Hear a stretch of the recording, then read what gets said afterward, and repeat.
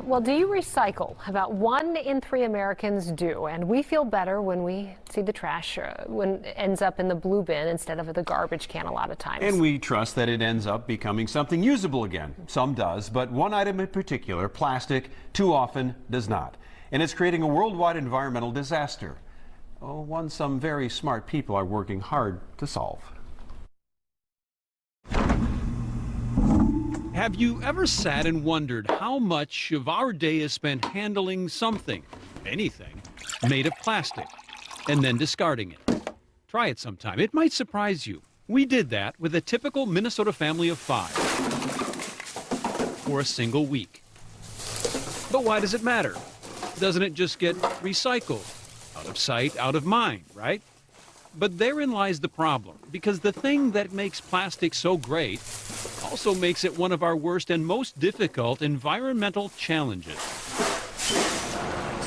But before we get too far into the good, the bad, and the ugly of plastic and its role in our lives and the environment, I first have to throw a little science at you.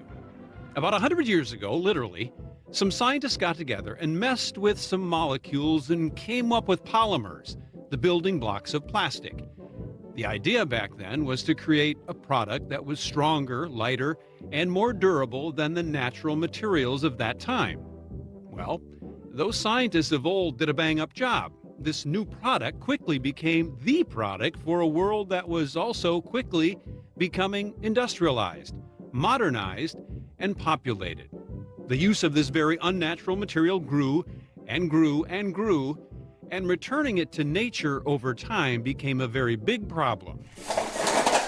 Which brings us back to our family of 5, a microcosm of a world made of plastic times 1 billion. 2 billion? How about 8 billion people? Where because those scientists so long ago came up with a product so good, it does not break down, and much of it does not recycle yet. Cue the modern-day scientist. It's probably fair to say that we did not give enough thought to what happens to plastics at the end of their life. In fact, in early days, it was certainly a research mission to develop materials that were resistant to degradation, to replace natural materials. And we were quite successful at that. But now, in the fullness of time, it's pretty clear that the persistence of those materials has led to environmental and ecological damage. Mark Hillmeyer is a really smart chemist. He heads a program at the U of M called, wait for it, the National Science Foundation Center for Sustainable Polymers. It's a lot. Essentially, it's his job to figure out ways to undo some of what his predecessors once did when they invented plastic 100 years ago. We engage graduate students, postdoctoral researchers, undergraduate researchers to work on projects that try to move plastics from their current kind of unsustainable linear economy to one that's more circular. So bio-based origins all the way through to end-of-life strategies that make sense. In other words, they're going to make plastic less plastic, so it eventually has somewhere to go.